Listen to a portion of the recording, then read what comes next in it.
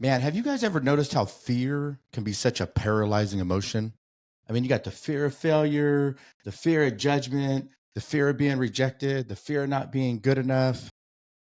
That's just a fraction of all the fears that each of us have allowed at one point or another to control our life. And the reality is, every time we allow fear to control an aspect of our life, we live at a fraction of our potential. We deny ourselves the opportunity to really live at our full potential in a way that brings us happiness and joy and success. And here's the thing, overcoming fear, it takes a ton of intentional effort. It is uncomfortable. So you got to be willing to get yourself uncomfortable because you really understand the outcome that running through fear will leave you in a stronger position, will leave your marriages and your relationships in a stronger position. Look, guys, welcome to the Legacy Driven Marriages podcast, episode number 52. I am Walt McKinley, and I'm here with my beautiful wife and my partner in crime, Stephanie McKinley. Hey, everybody. Today's episode is focused all on fear and how it shows up in every single aspect of your life, how it really prevents you from fulfilling your destiny. But fear is not something that you have to run away from.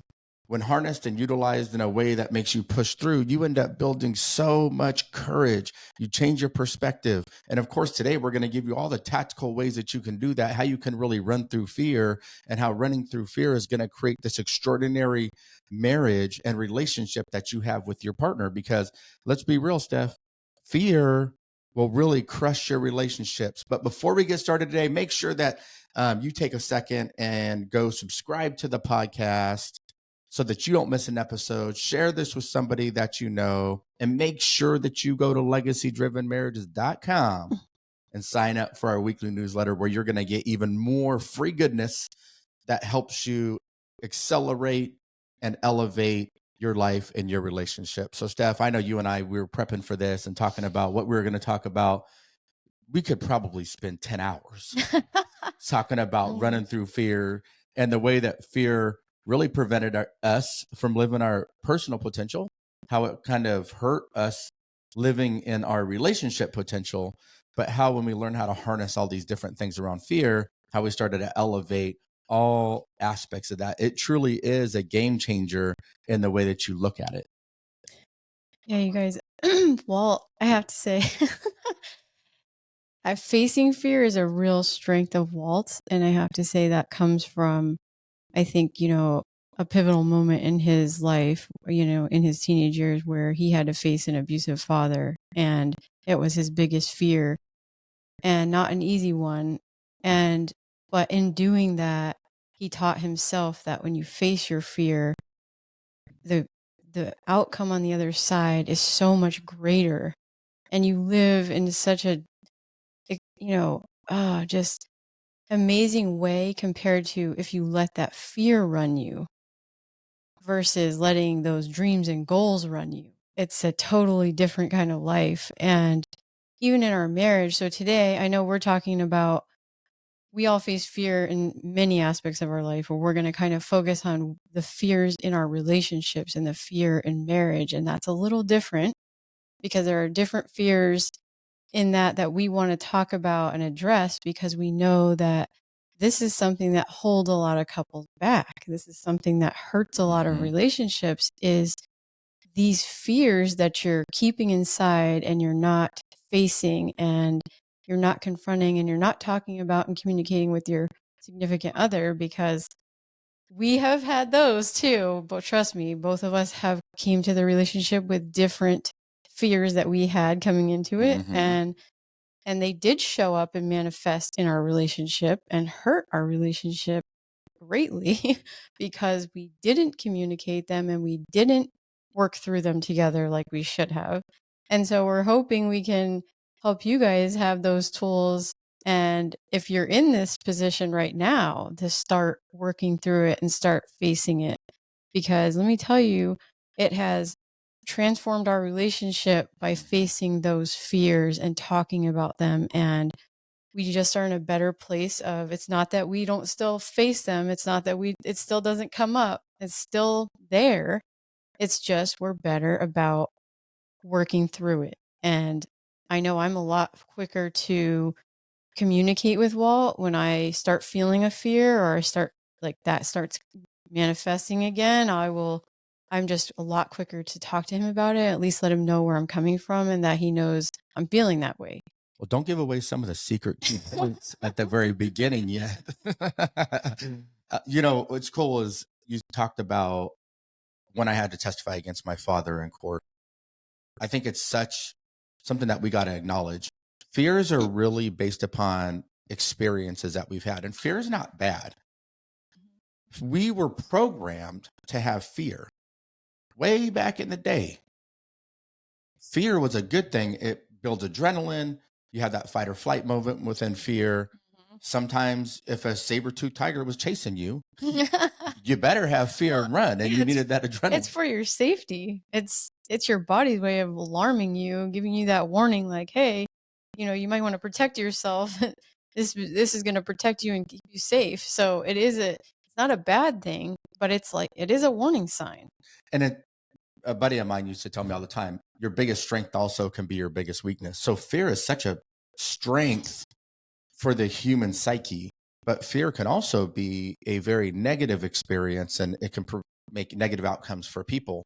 And it did for me a long time. When I think specific to our relationship, I had this innate fear of abandonment. So while I built courage testifying against my father, and I learned that speaking my truth really did give me power that I was missing out on in those moments when I couldn't do it. I was too in fear to actually speak that truth. There were so many different things from those experiences that have shaped me that have turned into massive strengths for me now, but really hindered my ability to grow. So as we're talking about these things, and we're going to jump into the different types of fears, and we're going to talk about that a little bit. We're going to talk about it mostly positioned from the perspective of marriage, but I want you to think about how it just shows up in your life, period. Because the individual fears that we have that were shaped through all of our experiences of life that are either going to hinder our capability or it's going to accelerate our growth and our capability really do apply, whether you're talking about your personal capability or whether you're talking about where your relationship or your marriage is actually going. And I just want to make sure people understand that to kick off, because it's so important. We got to conquer these fears either way, and we got to harness and use them in a way that moves us forward like nothing else can in life.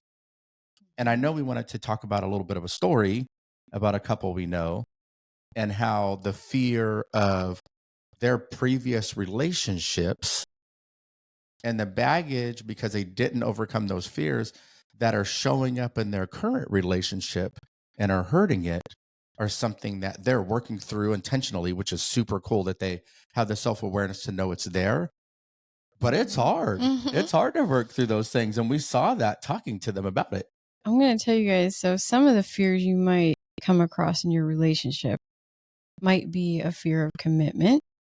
It might be a fear of betrayal. It might be a fear of vulnerability, allowing yourself to be vulnerable, a fear of intimacy, a fear of loss, fear of rejection, and fear of not being good enough. And that's just some that we're addressing that, I just want you to think about as we're going through the podcast. Like, do you have some of these fears in your relationship? And how might you be able to face them a little differently and move forward differently if you acknowledge that you even have that fear? And because, like Walt said, he had a fear of abandonment, I had a fear of betrayal. And that was something from a previous relationship because it happened to me in a previous relationship. So I think I had a more than normal fear. I think everybody has that fear in a relationship because that's always a possibility. And it would be the worst and detrimental thing to your relationships. So, we all do bring these things. And it's like he said, it's based on our experiences and also based on sometimes what we see happen to other people, which is why we're going to talk about this story of this couple. Because I think this couple what it is like that example that I think everybody could take something away from, where they both have been previously married and they now in this new relationship together. So they didn't want to make the same mistakes that happened in their previous relationship. So they're actually starting out by trying to take in all this knowledge and, be better, which is awesome. And what we found out is one of them had a fear of vulnerability because he had been hurt in his previous relationship where his ex used it against him. And one had a fear of betrayal because her ex had cheated on her. So they both came to the relationship with that. Now, how that showed up is because he had this fear of vulnerability, he can't really be open with her. And that's shutting down that closeness that they're going to have because he can't feel comfortable being that open because he's afraid she may use it against him. But she's feeling a wall where it's like, I can't get close to you and I can't really understand where you're coming from because you're not letting me in. And now I'm not as clear on how it was affecting her from her previous relationship, but I know for me, I had the same fear. So I know that in some ways we will be looking for those things. Mm-hmm. We'll be looking for them to be, showing signs that they're cheating and almost manifesting that because we're just like waiting for the shoe to drop or Yeah, waiting you're for always on the defense. Yes. You never really invest because you're always on the defense for the thing that might happen that you have no control over anyway. But again, you just said it. Then I'm not investing fully because I'm afraid of getting hurt.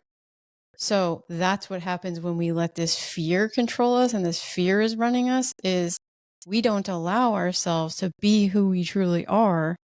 There's always a wall or a block and it doesn't allow you to get as close with your partner. And then you're missing out on things that are really beautiful in your relationship because of that fear.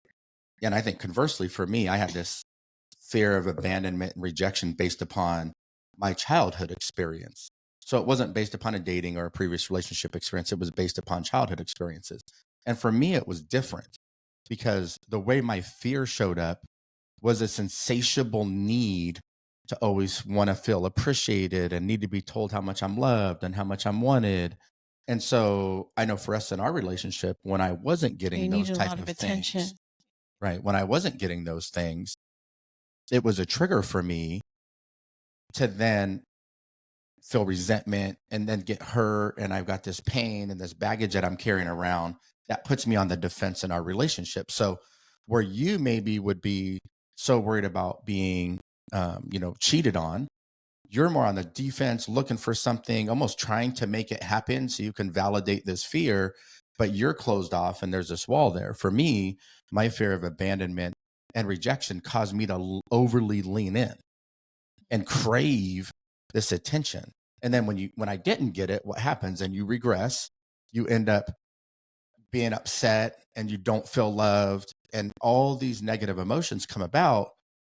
Where then, whether you're on the side of Stephanie's coin or whether you're on my side, what happens is both partners in the relationship end up building up this resentment and putting these walls up and having these defenses put up where they're not investing lovingly into this relationship. And then they turn around one day and they wonder why the relationship got to the point where it's at. How did we even get here? How do I not even really love you anymore? At least I don't feel in love with you. I love you, but I'm super pissed and you don't even feel like my friend anymore. And Yeah. you're so upset. There's all these negative emotions tied around it. But really, it was because of the fears and the way that you couldn't show up because of those fears that caused you not to invest, that slowly chipped away at the foundation of your relationship. And that's what we need to Well, understand. and also, sorry, I just wanted to add that when you have this need for attention, then when someone else gives you attention, you're more susceptible to that too, because you are feeling a need for that and a want, and you're going to be more susceptible and open to someone else giving it to you, which is also going to affect your relationship. So I want you to just see these little nuances of how these fears we don't even realize sometimes, which trust me, we couldn't have told you this back then. I didn't know. No, it's just wisdom of life now. This is one of those, like, now we have the what's the word I'm looking for? Wisdom. Well, Wherewithal. I was going to say The awareness. hindsight. That was the word. the hindsight to look back and say, now I see it. Mhm.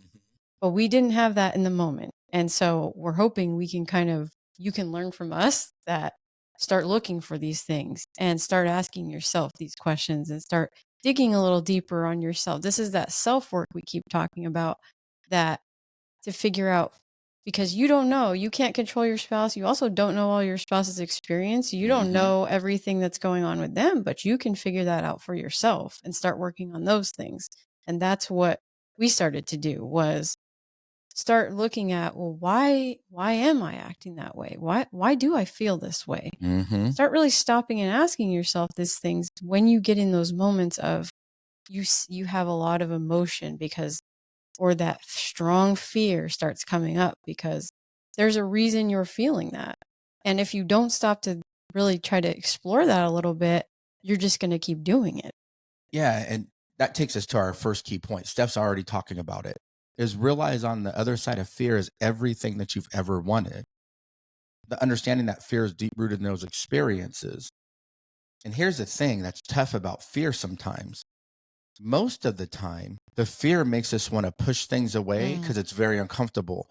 The fear makes you want to break up in a relationship because that seems easier than working through the fear and the hard stuff because you're so scared of what the potential outcome can be. And we're programmed societally to think of negative. Well, and And it's easier in the moment, but it's not easier in the long run. oh, absolutely. I mean, it makes your life harder in the long run because every relationship that you go into, as soon as that fear presents itself, if you don't overcome the fear, then you end up just moving away from that fear every single time. You will never have a fruitful relationship if those fears are still part of who you are and you haven't challenged yourself to overcome those. So I think first you just got to build the awareness. That's key point number one.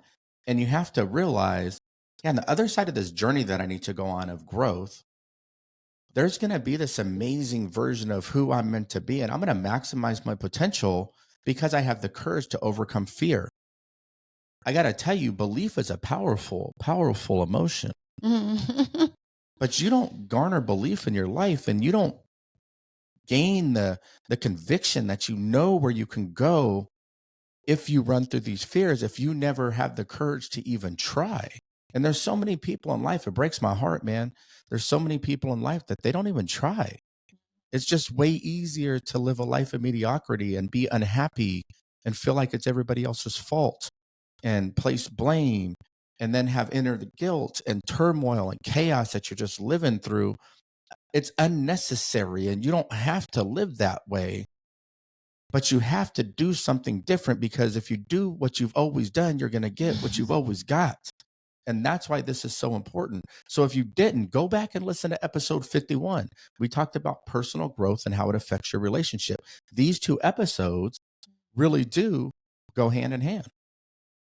Yeah, I want to go back and say I applaud that couple that they were working to be different in that next relationship, because there's so many that don't. And this is why, and if you're in a second marriage or a third marriage, you got to stop and say, like, you really do need to look at yourself, because there is things that you're carrying from those relationships that were never resolved, because if you ended the relationship in that way that you still resent that person, then there's things that you didn't resolve, and Mhm. it's definitely going to show up in the next one. So I applaud them, because they're recognizing it now. They're already seeing, like, we're trying to prevent that whatever happened in our last relationship, and they're starting to see where that comes from, and that they would have keep doing it. And we found that too. Like, we would have kept on doing those things if we didn't stop and do some of this self work, where it was like, where are we showing up in a way that is hurting the relationship? Mhm. Because a lot of us don't want to, nobody wants to face their own, this is like Stuff. admitting, yeah. Nobody likes having to admit they have faults, and, that's not fun. I'm perfect. I don't have nothing wrong with me. It's all you. Yeah. And it's so much easier to do that and say that. But that's not the reality. And we all know it. It's just hard. But on the other side of that hard, is that amazing that you're seeking and wanting and hoping for. But it is possible when you're willing to have some courage and face those things that are hard. And it's always worth it every time. Because we can tell you, look, now we have a thriving relationship of 24 years. Right. When we could have threw in the towel at 12 and we wouldn't be sitting here today talking to you. So and we probably, and this is where commitment is so cool and builds conviction. We would have never even worked on the things that would have got us to that point in our marriage where we would have ended up divorced if we didn't commit to really fighting for our relationship. And I think that's why commitment is so strong, because it forces you to work through those things and put a mirror on yourself and say, hey, where do I need to be better at for us, for the home team? Mm-hmm. And if I can be better for the home team and my spouse can be better for the home team, what can we create? That's where you do create a legacy-driven marriage. But if you're not willing to commit and go all in on that, and I'm not talking about abusive situations, I'm talking about the normal married stuff that everybody argues over, and you're not willing to look at your past experiences and say, hey, why do I have this need for everything to be perfect? And when it's not perfect, I just fall myself into chaos. And how come this? We had a friend who listened to just binge listened to all the episodes of the podcast and really working on showing up differently for her relationship, working on herself, realized my whole life I've thought relationships were supposed to come easy. So when they didn't come easy, I lacked the commitment to really invest into the relationship. Or when there was real red flags, like abusive red flags, because of this need to just feel loved, I would bypass the red flags that I should have got out from and stay thinking I was doing the right thing when only I was causing more damage to myself. And they said, what I've realized through listening to your guys' podcast and the dialogue you guys have is there's no perfect relationship. There will never be a perfect relationship, and relationships are tough. The difference between winning relationships and divorce is people being willing to be intentional and actually do the work and face their fears and face the hard stuff, put a mirror to themselves, and really focus on being better as a couple, strengthening your home team above all else. Yeah, I love that you just talked about her, because that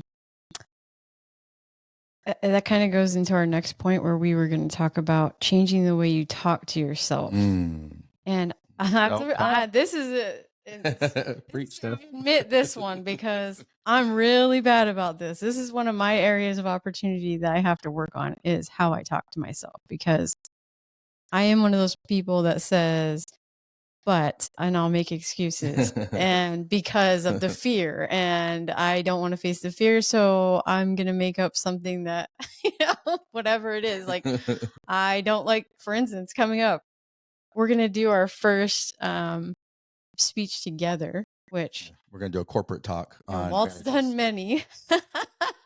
It's my jam. Let's go. Most of my Steph loved being the supporter from the background. She does not love being in the front. And I got to tell you guys, so I've had a few instances where I took a public speaking class in college, and oh my God, I dreaded going to that class every single time I had to go. But getting through it made me realize I can do it. And it wasn't as hard as I thought it was going to be. And that when you have the right tools and you're prepared, it's not really that bad. And especially when you're passionate about it. Yes. And I did confront this fear also somewhat recently, was when we, maybe 2 years ago now, when we did your book launch, and I actually had to get up and speak at that. And I really had to be like the MC and run the event, because it was for his book launch, and some of it was surprise for him. He didn't even know was happening. So I had to lead it. Monsters in My House, a true story. Shameless plug. Go get you a copy or listen to it on Audible, Amazon, Barnes & Noble. Let's go. Let me tell you, I was pretty terrified, shaking in my boots on that one. And I did it. And I got to say, I can't say I felt like, oh, amazing after, like, I just killed that. No, but I felt good that I did it. I was proud of myself for the growth, for making myself do something that was uncomfortable. And it felt good to accomplish that. That was the feeling I ended with. Not like I still had feelings of like, oh God, I forgot stuff. I didn't say it how I wanted to. And I could have nitpicked myself to death, Mhm. but I was proud of myself for the growth. I was proud of myself for doing something that was hard. And I actually got pretty good feedback. So I was able to, and that was one of those moments where I was like, I got to change how I talk to myself because I could have really beat myself up and I started to. Yes, you did. Well, and I shared it with him and he caught me and he was like, don't do that. Don't do it. I've done it to myself too. Don't do it. And he's right. And when I took a different perspective, it really did change. And that has led me to doing this podcast, which is also has been very uncomfortable. And I've had to face a lot of fear with this too. You can ask Walt before almost every episode, I still get anxious and I still get like, oh, like I'm really. Yeah, I'll be like, all right, baby, ready? I've been ready for like 2 hours. And she's like, okay, just a second. I'm like, okay, you ready? Hold on. I'm like, just take a deep breath, baby. Come on, take a deep breath. Let's go. So we pray in. Now it's like we've created a habit of what we do. Steph prays us in, takes a deep breath, and I just hit go. Because at some point, you just got to freaking do it, man. Stop hesitating. It will never be perfect in the way you think it's going to be. And you guys, even so, I'm taking these baby steps, right? I got up at the book launch. I'm doing the podcast. I've been on other people's podcasts and I hate being on video. And we've had to do, we've done some live videos. That was like one of my biggest fears. We did it and it went amazing. And I showed myself like, oh my gosh, I can do this. And I was like, I surprised myself, to be honest. And coming up, we're going to do this talk. Well, I got to tell you guys, I'm feeling the anxiety already. Like I'm still like, am I really going to do this? I'm like thinking ways, is there a way I can back out of it? But, and Walt keeps talking about more talks we're going to do. And I'm just like, the whole time, like, Steph gets overwhelmed. She throws up a little bit in the house. I mean, she gets really scared of this stuff. You got to understand, this is a real fear. And by the way, this is the number one fear of society is public speaking. So this is a huge fear. I know that I'm an anomaly amongst the anomaly people who like to speak in front of people. And by the way, I still get nervous just because I want to be great at doing it. I just don't allow that fear to prevent me from doing it. From the time when I was younger until now, because I was without a voice for so many years in my childhood, that once I found my voice, I loved using it. It was very empowering for me. What you got to realize is even if your fear is public speaking, like Stephanie's, the more she does it, the more empowered she feels. And guess what? If you go listen to episode 2 and 3 and 4 and 5, and you listen to, episode 48 through 52 now, you're going to notice a huge difference in the way Stephanie articulates herself and how comfortable she is and how we go back and forth on this podcast together.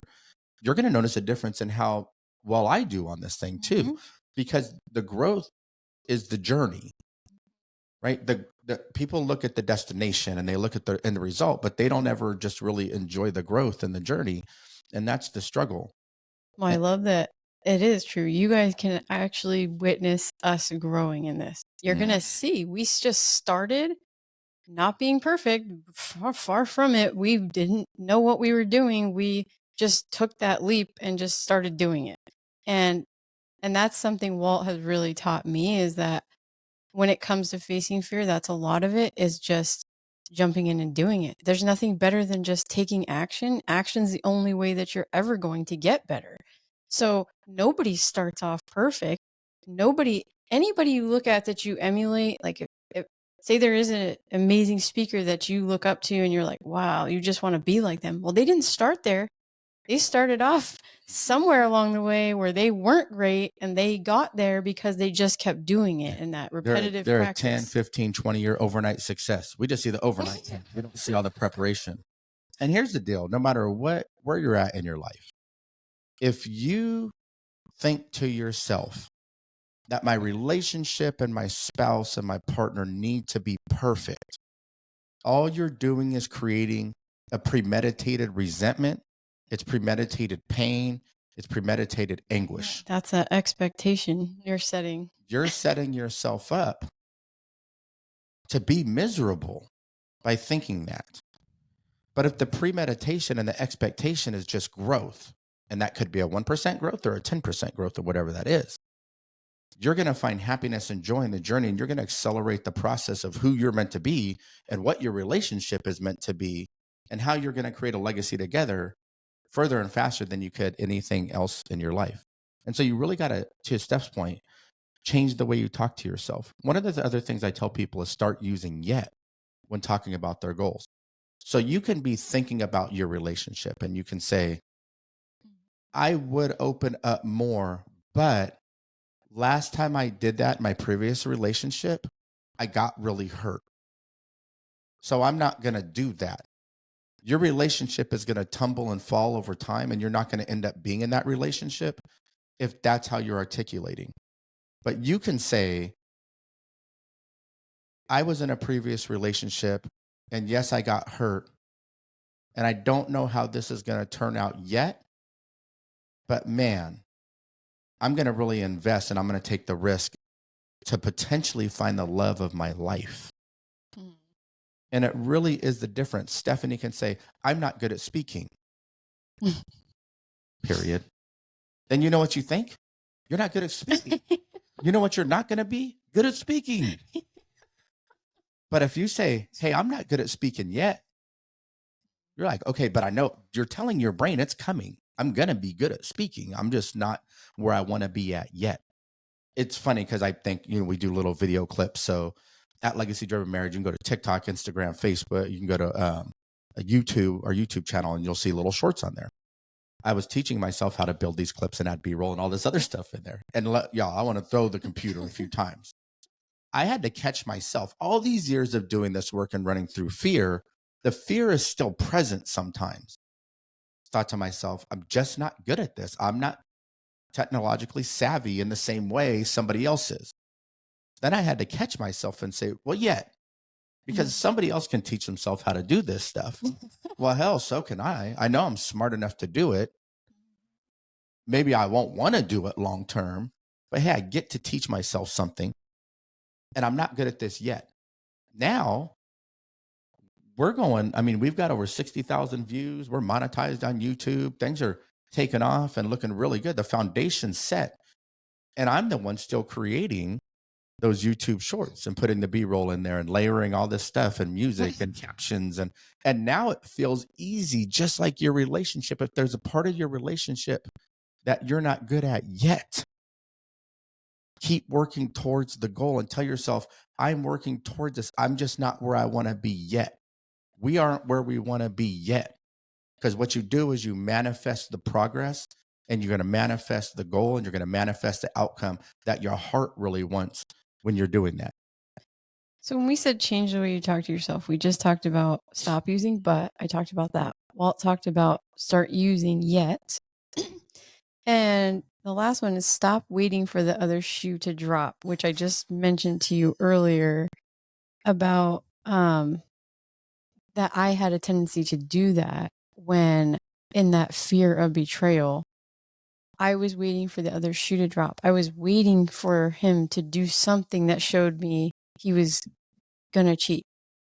And I think a lot of us do this in our relationship where if this happened, if this was our experience from something else, whether that's childhood or a previous relationship or whatever it is, but we've had experiences where that happened, we just tend to think we're just waiting for it to happen again because we feel like it's always happening or it always does, or but then it always will. Yeah. And that's true. And I think you do manifest things to happen in that way. If you're always thinking it, then it's going to show up because you're waiting for it. You're looking for it. Where if we were turned that around and we expected the good to happen, well, guess what? Good's probably going to happen because we're expecting it. We're manifesting that. We're saying that that's going to happen. Then it's going to happen because our actions tend to follow what we tell ourselves. So we're going to do the things that we tell ourselves. So when we say, we're going to have this amazing relationship, well, you're going to do things to make you have an amazing relationship. And so it works both ways. So it can go negative if you're waiting for if you're waiting for that shoe to drop, it will. But if you're waiting for the good thing to happen, the good thing's going to come. Where your mind goes, your energy flows, y'all. Promise you. That is the art of manifestation. Or mind over matter. But it does create a belief where you believe these things that you're doing are going to get you to the goal that you have along this journey we call life. When you're focused on that and you're letting your energy move you in the positive direction, you're going to have way more positive outcomes than you're ever going to have otherwise. And that doesn't mean life's not going to kick you in the behind. Sometimes life is still life. Mm-hmm. You just don't stay in the negativity, and you don't stay in that tornado of negative emotion that happens when life kicks you in the butt. You know that's going to happen. You believe in the outcome of what happens when you push through the fear and push through the hard stuff to get to the other side of that. So you learn the lesson faster, and then you just keep it moving. That's a difference between looking out the windshield of life and looking in the rearview mirror, and you will dictate the direction your life goes by that. Okay, so we talked about awareness, building the awareness. Where does the fear come from? Understanding that it's deep-rooted experiences, knowing no risk, no reward. The second thing was change the way you talk to yourself. Steph just kind of recapped that. The third thing, and I want to talk about solution-oriented things now for your relationship specifically, is communicating with your partner. Look, vulnerability is really such a critical component of a healthy marriage.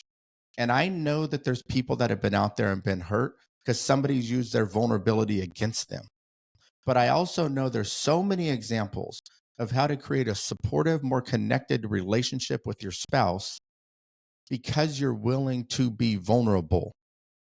Vulnerability allows you to speak your truth and get things off your chest where you're not drowning in the chaotic, everyday emotion that's just been sitting there your entire life. Vulnerability allows you to release that. When you release that empty space that you just made, you can refill that space with love and happiness and joy. And because you did that, the outcome in your life and your relationships and your marriage is going to look vastly different than if you don't. Oh, I 100% agree with the vulnerability piece. If you've been listening to our podcast, there's been several episodes. I keep driving this home that vulnerability is key.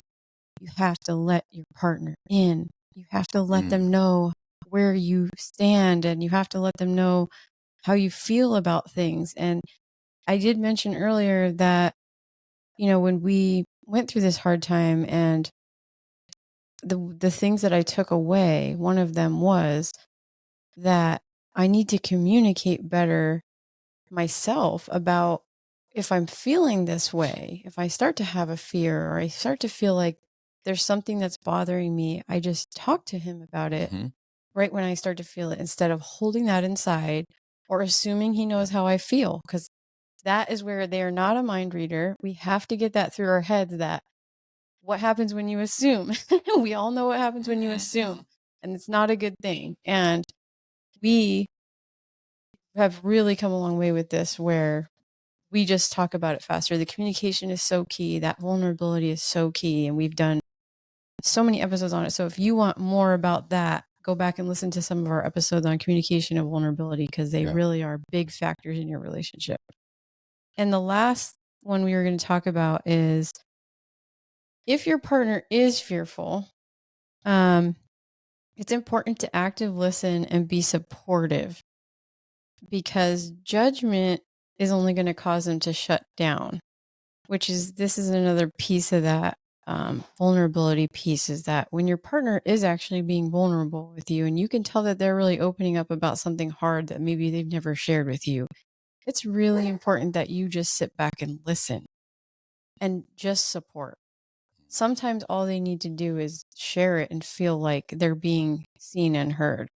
And then you go from there, whatever cues they give you, if they, and the other piece is, a lot of times if one of you has been vulnerable, it's really helpful if the other person is also vulnerable back, so that they know that kind of, indicates that safe space.